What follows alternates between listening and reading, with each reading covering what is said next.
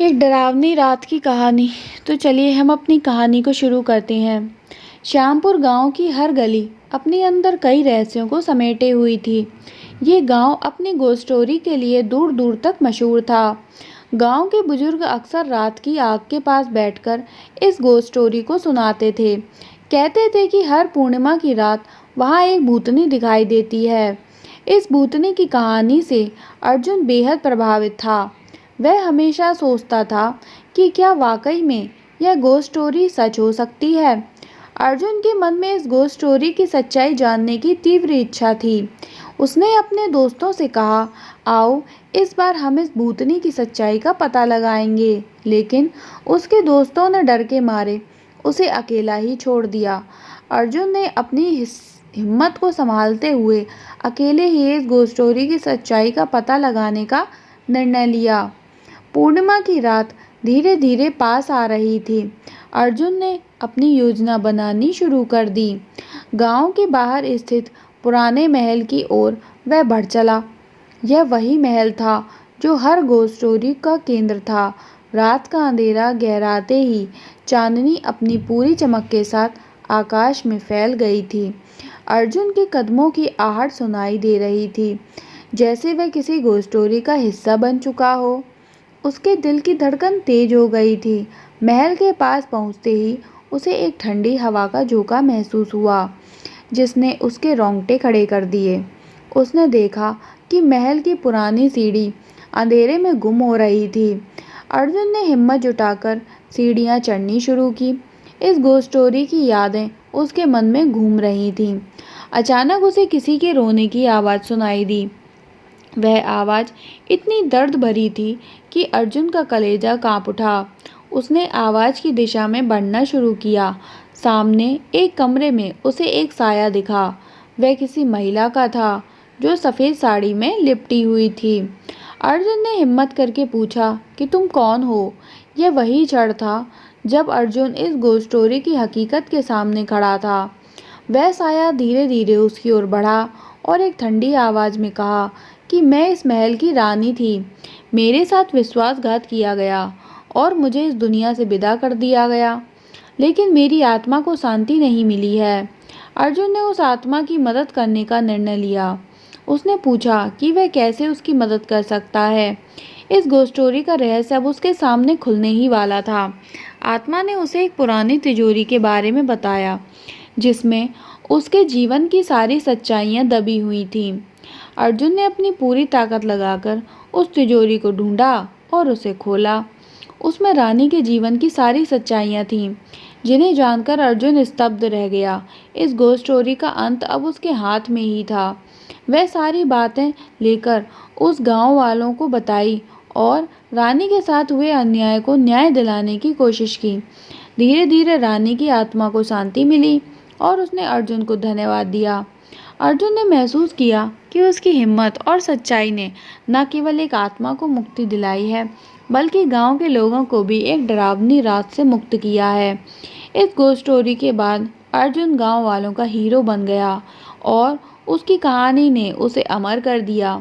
गांव में अब हर पूर्णिमा की रात एक उत्सव की तरह मनाई जाती थी, जिसमें अर्जुन की बहादुरी और भूतनी की मुक्ति की कहानी सुनाई जाती थी। इस गोस्ट स्टोरी ने न केवल अर्जुन की ज़िंदगी बदल दी, बल्कि श्यामपुर के इतिहास में भी एक नया अध्याय जोड़ दिया। अर्जुन की बहादुरी और इस गोस्ट स्टोरी की सच्चाई ने श्यामपुर के गांव के लोगों के दिलों में एक नई उम्मीद जगाई थी। लेकिन इस कहानी का अंत ये नहीं था। रानी की आत्मा को शांति तो मिल गई थी, लेकिन महल की दीवारों में छिपे कई और रहस्य अभी भी उजागर होने बाकी थे। अर्जुन को महसूस हुआ कि यह गोस्ट स्टोरी उसकी किस्मत से जुड़ी हुई है और उसे इन रहस्यों को सुलझाना होगा। पूर्णिमा के बाद की अगली रात भी रहस्यमयी होती जा रही थी। अर्जुन ने महसूस किया कि महल के कुछ और हिस्सों में कोई अदृश्य शक्ति उसे खींच रही थी। एक रात उसने फिर से महल जाने का निर्णय लिया। इस बार उसने गांव के कुछ और जिज्ञासु युवकों को अपने साथ चलने के लिए मना लिया। महल में प्रवेश करते ही अर्जुन और उसके साथी एक नए कमरे की ओर बढ़े। ये कमरा पहले से बंद था और अर्जुन को यकीन था कि यहाँ भी कोई घोस्ट स्टोरी छुपी हुई है। कमरे के अंदर एक पुराना चित्र लटका हुआ था। इसमें एक आदमी और एक महिला को दिखाया गया था। अर्जुन ने गौर से देखा और पाया कि यह वही रानी थी जिसकी आत्मा को उसने शांति दी थी, लेकिन उस आदमी का चेहरा उसकी समझ से बाहर था। चित्र के पीछे एक गुप्त दरवाजा था। दरवाजे को खोलते ही अर्जुन और उसके दोस्तों ने देखा कि वहां पर एक गुप्त सुरंग है। सुरंग के अंदर बहुत सी पुरानी चीजें पड़ी थीं। इसमें कुछ पुराने ग्रंथ और दस्तावेज शामिल थे। इन दस्तावेजों में उस आदमी की कहानी थी जो रानी का विश्वास पात्र था और जिसे बाद में धोखा देने का आरोप लगा था। अर्जुन और उसके साथी धीरे धीरे उन दस्तावेजों को पढ़ने लगे। उन्हें पता चला कि रानी के साथ जो विश्वासघात हुआ था उसका कारण यह आदमी नहीं था, बल्कि यह तो एक और बड़ी कॉन्स्पिरेसी थी जिसे महल के कुछ अन्य लोगों ने रची थी। मतलब ये एक षड्यंत्र था। अर्जुन को समझ आ गया कि इस घोस्ट स्टोरी के पीछे एक बहुत बड़ी साजिश थी जिसे किसी ने जानबूझ के रखा था। इस नई जानकारी ने अर्जुन को और भी उत्साहित कर दिया। उसने अपने दोस्तों के साथ मिलकर इन दस्तावेजों को गांव के बुजुर्गों के सामने पेश किया। गांव के लोग इस सच्चाई को जानकर हैरान रह गए।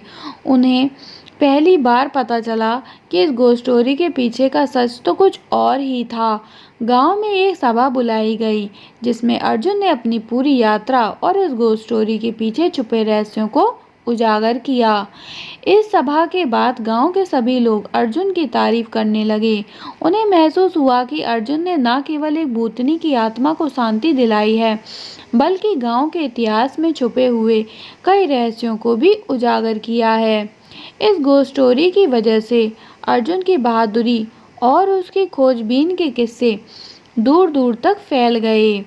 गांव के लोग अब महल को एक ऐतिहासिक धरोहर के रूप में देखने लगे। अर्जुन ने भी फैसला किया कि वह इस महल को एक संग्रहालय में बदल देगा ताकि लोग इस घोस्ट स्टोरी और उसके पीछे छुपे रहस्यों को जान सकें। अर्जुन की यह यात्रा उसके जीवन का सबसे बड़ा रोमांच बन गई और इस घोस्ट स्टोरी ने उसे सच्चाई की खोज में एक नए मुकाम तक पहुंचाया। गांव के लोग आज भी अर्जुन की इस बहादुरी की कहानी सुनाते हैं और यह घोस्ट स्टोरी अब श्यामपुर की एक अमूल्य धरोहर बन चुकी है। तो दोस्तों, हमारी ये कहानी यहीं ख़त्म होती है।